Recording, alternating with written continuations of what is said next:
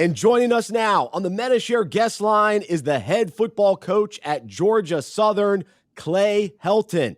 He's preparing for his first season. He was previously the head coach at USC, where he finished with a 46-24 record, winning the Pac-12 championship in 2017. Throughout his coaching career, he has also had stops at Duke, Houston, and Memphis. He played quarterback in college at Auburn and Houston. I'm thrilled to welcome on Clay Helton. Coach, thanks so much for being with us. How are you?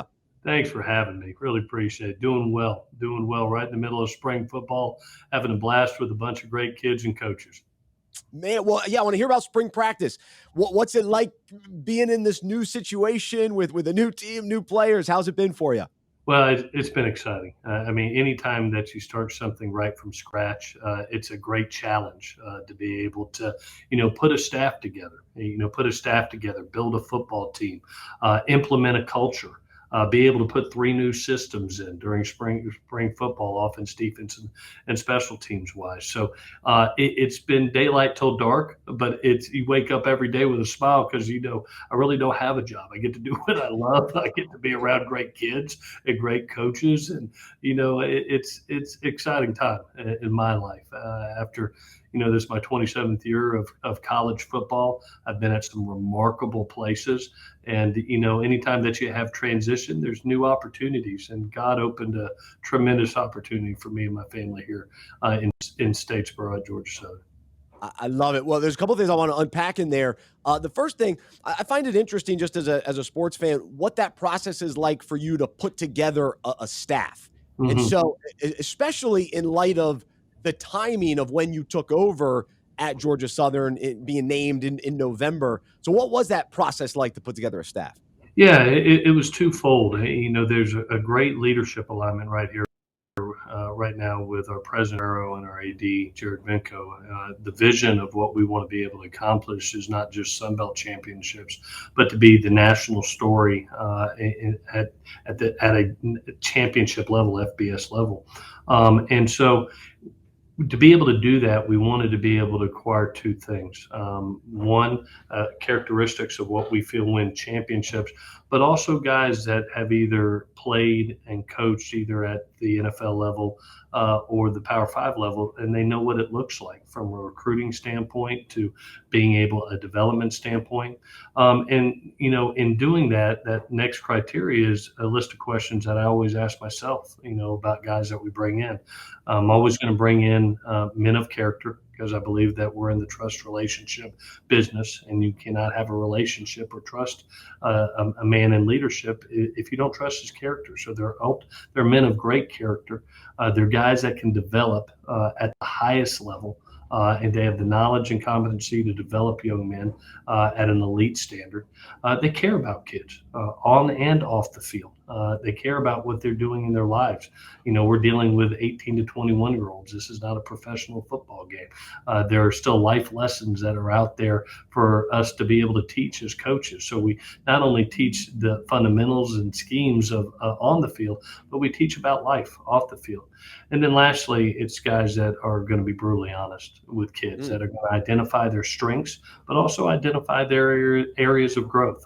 I don't like to use the term weakness. I like to using, hey, this is where you're really strong at, but here's your area of growth. Let's identify it. Let's go have a plan. I'm not just going to tell you, let's go have a plan, and let's go do this together. And so they're guys that I believe are great educators. It was a lot of fun putting this group together. I'm very proud of it. I think it's one of the best coaching staffs in the country right now. And we look forward to showing remarkable things in the 22 season. That's awesome. Well, I appreciate you sharing that. And the other part of that is you mentioned building a culture and now starting over and putting your stamp on the program, of course. So what are those core values and principles that you rely on and that you're implementing into the program? Yeah. I've always believed when you're building a culture, everybody needs to say it. If they can't tell you what your culture is, then you don't have one. And so we use the initials TDU, which stand for toughness, discipline, and being united. I believe that within every organization, football organization, you have to teach the physical and mental toughness of the game. You have to teach the discipline and the accountability of the game that is ultra important. And then you have to be able to show that this is a team and we are united together. So it is something that as you look up, we want to be able to teach that toughness, that discipline, that accountability. And it is a team. It is team over self, that individual success is a byproduct of the team success. I love it. That's awesome. Well, as far as for you as a head coach, how different do you think you are, or how much maybe the same are you when you took over at USC to now where you're at taking over at Georgia Southern? Probably a lot different. I'll be honest with you. I think one of the things my dad has always taught me. My dad's a 50-year NFL and college coach, and one of the things he's always taught me is never get comfortable, never get stagnant, continue to grow, continue to get better. And I remember being an assistant coach and offensive coordinator for 20 years and say, "Gosh, when's my time? When's my opportunity? What's it? I'm ready for this." And then all of a sudden, I'm the head coach at USC. And I look up to God and I say, "God, thank you. I needed all 20 years of growth. I needed all 20 years. It's not my plan, it's your plan." And he knew I needed every experience I had to be able to be a head coach at USC. And as you're that head coach, and I was there for 7 seasons, you get better each and every year. You learn from successes, but more importantly, you learn from failures. And you grow from them. And so, each year I feel like I've become a better football coach. I think we all do.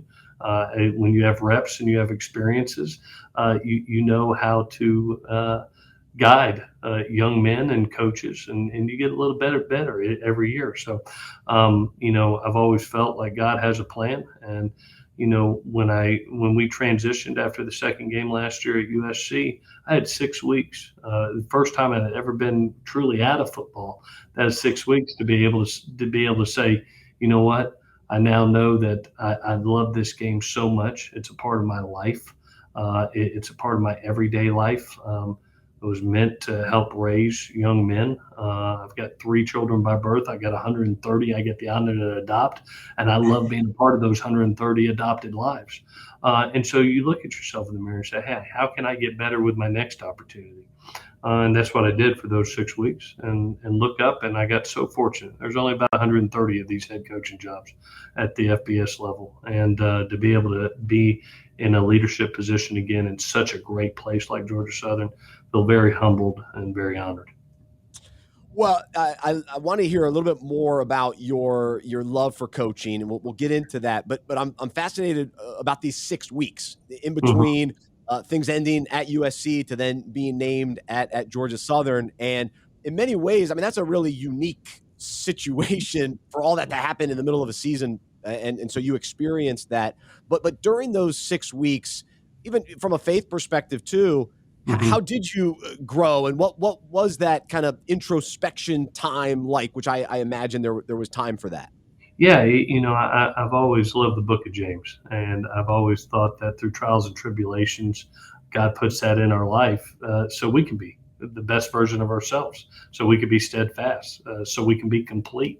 And so, it gave me the opportunity to take a step back, to look at myself as a leader, as a coach, and to be able to say, "Hey, this is what we did really well, and this is where we can grow." It also taught me again how much, like I said earlier, how much I love the game. I could only be a dog walker and a college algebra tutor for so long. I was the best college algebra tutor there was in college football for about 6 weeks for my daughter, and I was Oh walking the dog about 6 times a day. But gosh. after about 3 weeks, I got the opportunity.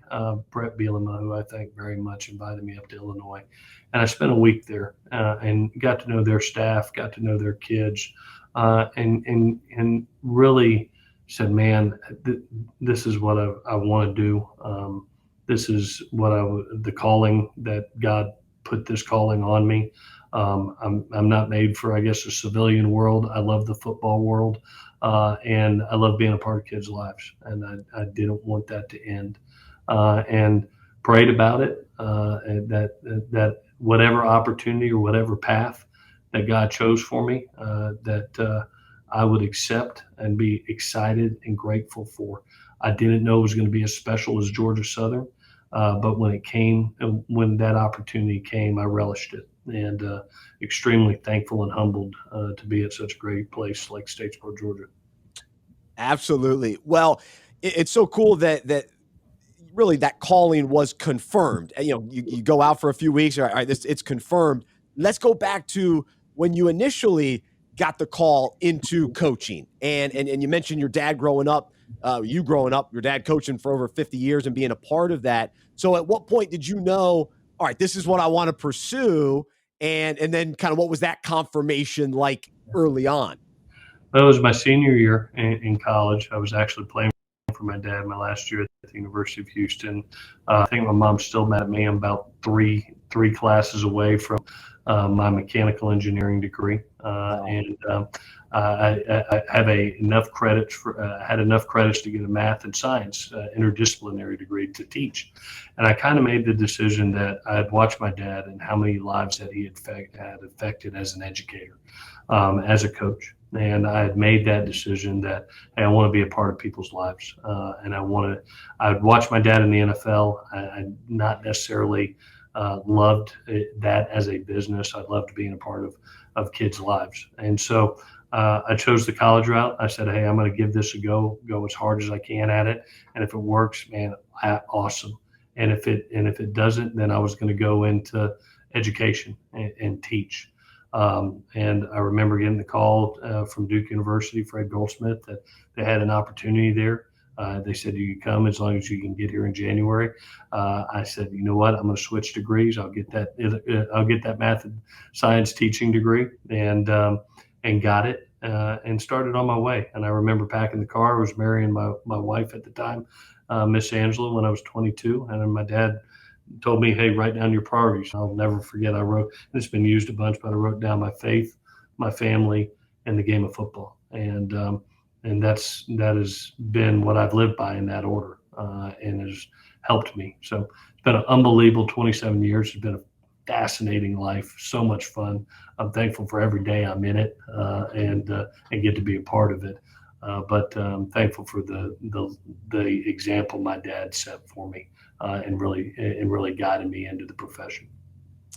Well, it's always interesting when you hear a son that chases after the coaching career, because we do know how time consuming coaching can be, especially in college football, and yet in that you still said, all right, I experienced it as a son. I want to go for it. So from that experience growing up in it, how did you then raise your family and make sure that you implemented some of the same things your dad did to keep the family intact, even as you're pursuing success in the coaching realm?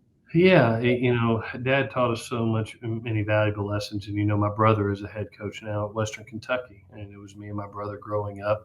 And I just thought Dad provided an unbelievable example of what it was to be a husband, what it was to be a father, what it was to be a leader of men, what it was to be a coach and an educator. He was an unbelievable example to me. He's my best friend. He's my hero, and to be able to have that guy in my life. Even today, he's even here these 2 weeks right now. He's actually at Statesboro helping me in spring training right now. So to be able to see, hey, even though he has a busy life, and a lot of people do, and I don't care what business you're in, if you're really good at what you do, a lot of your time's taken up. But he always stuck to his priorities, and his family was an unbelievable priority for him. And as soon as he got done, I remember being when he was at the Tampa Bay Buccaneers, he would pick up me and my brother every Friday, and we would either go hunting or fishing. Or that afternoon. That was his time, and he never went out with buddies. He never went out and did other things, hobbies. He immediately came and got me and my brother, and it always stuck out to me that sometimes in life, it's not the quantity of time, it's the quality. of time. And it taught me the greatest gift that you can give somebody is your time. And my dad always gave us his time and his knowledge. And so very appreciative for that. He set a great example for us at a very young age. I love it. Love hearing that. That's encouraging. And guys can relate to that because we all find ourselves busy during Mhm. certain seasons of life and also just busy with work and responsibility. So a lot of encouragement in there. Well, you mentioned your faith being at the top of the priority list. And so how have you been able to keep it as the priority? And what have been some of the challenges even Mhm. in that to stay focused that guys listening today can relate to? Yeah, I've always believed life has its ups and downs, and if you're ever in college football, it has a bunch of them. That's It's a right. roller coaster ride, and I don't know how to do it without faith. I Mm. don't know how to do it without our Lord and Savior Jesus Christ. He is the rock, the foundation. That if you're going to live a life that has adversity, you have to have somebody you can go to in adverse situation that you know has your back at all times. And so, from a personal level, he's been that rock and that foundation for me that I've always leaned on. And from a educational purpose, I've never forced faith on players or coaches. We've always just provided opportunities, whether it was the opportunity to always leave Sunday church open for our team and our coaches so everybody can go, whether it's being able to have devotional services on Friday nights before a game. Whether it's a Bible study for our coaches, nothing's mandatory, but it's always the option. I don't mind sharing that I believe we're a faith-based organization, and we have the opportunities here to practice our faith, no matter what denomination you are. And so I've always wanted that when I was being in a leadership mode, to be able to help kids in every aspect of their life, not just the game, but in every aspect of your life. And part of that life is spiritual life. And at least it's been for me. I think it's one of the big reasons I've been successful within this game is staying true to my faith and staying true to my family and staying true to the game. And faith is a huge, huge part of that to be successful. Amen. It's inspiring.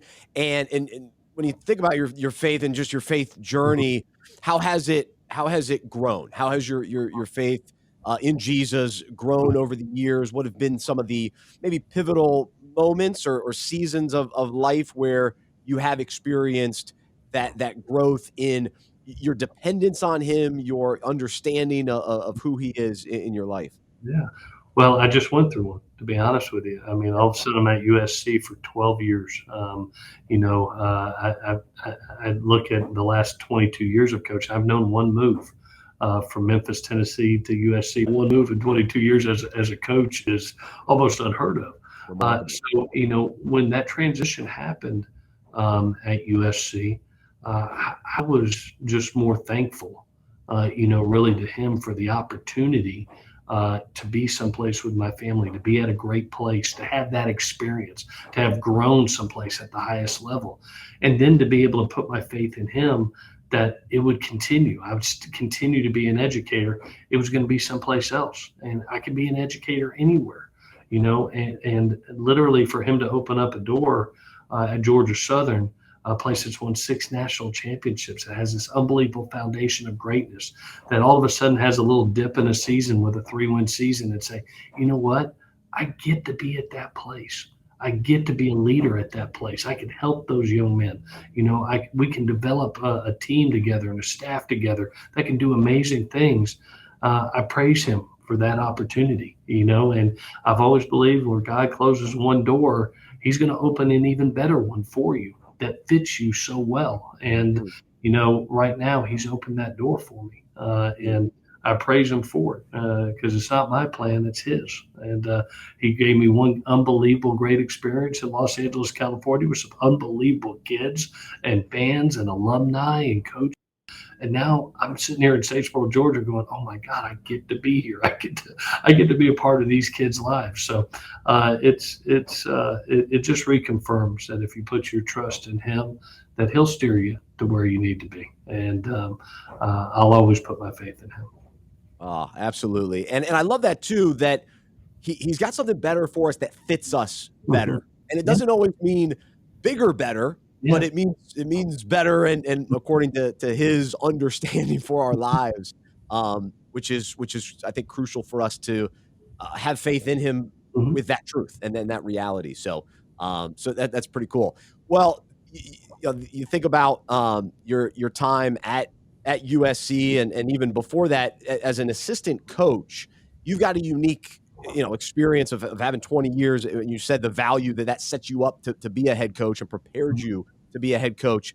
I'm curious, how did that, as you now coach your assistant coaches, Mm-hmm. some of the things that you learned that you now implement to coach the coaches? Because Yeah. to me, that's what makes great head coaches, is coaching the assistant coaches that then coach the players in specific position groups and that kind of thing. What did you Yeah. learn? Yeah, one of the things that you learn in this chair is just what you said, is understanding your role. I was an offensive coordinator for so long, and it was about game planning and creating scheme and implementing an offense that could be successful. And then all of a sudden, you get the opportunity to be a head coach, and now your role changes. You're the overall manager of an organization. You're the overall manager of a schedule. You're, like you said, you're coaching the coaches more than you're coaching the players, because you're not a position coach anymore. You still teach them fundamentals, and yes, I still game plan a little bit, and still dive into scheme, but it's more about running an overall program. And you have to understand that when you walk into that, your role is going to change. It's not really. I've never seen it as a promotion. It's just a greater act of service to kids, and to be a leader is to be a servant to those that are around you. And so I went from run role to as a coordinator to a head coach, and it really was just a greater call of service. To be able to teach not only young men but coaches about the game, about what it means to be a leader, about what it takes to win championships, and how we serve each other. And it's more life lessons and life skills and leadership. And so it's been a great calling. It's been something that I smile every day. I get to wake up. I've never said, "Oh, I got to go to work." I get to go be a football coach. I get to go do this. So it's an exciting life for a head coach. I love that perspective and passion. It shines through. Well, I have to admit something here. So, as you can see behind me, those that are watching, I've got my App State flag hanging. And yesterday on the show, I had an former App State player on the show, so I hung it up for him. And I told myself I was going to take it down when we had you on. And for those that don't realize, App State, Georgia Southern are actually huge rivals.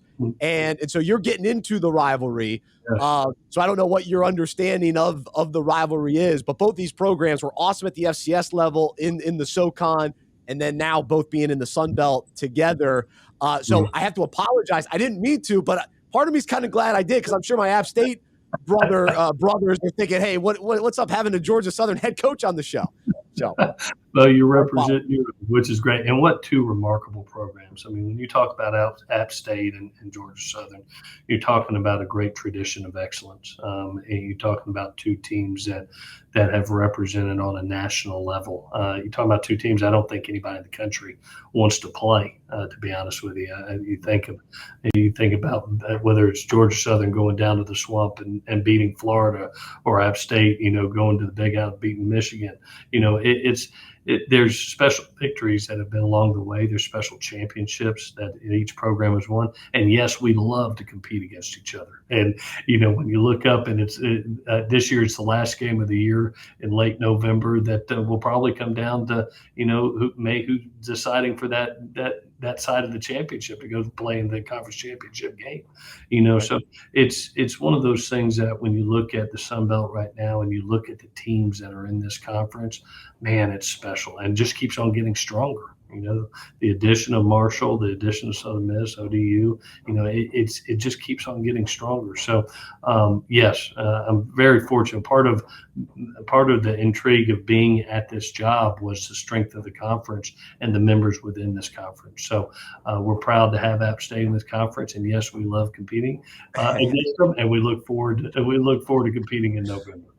Absolutely. No, I'm fired up. And just like we saw in the Final Four in college basketball, Duke, Carolina, I'm actually a Duke fan, but you want Duke and Carolina to both be good because it raises the rivalry. So I'm glad you're at Georgia Southern. I'm excited for what you're going to do to build up that program and to keep it competitive and in the mix with App. So Sounds good.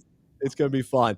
But, Coach, man, a privilege having you on the show today, a real honor, and appreciate you taking the time and enjoy the rest of spring and spring practice and enjoy a little of the time in the off season as well. But thanks so much and wish you the best as you take over and head into year number 1.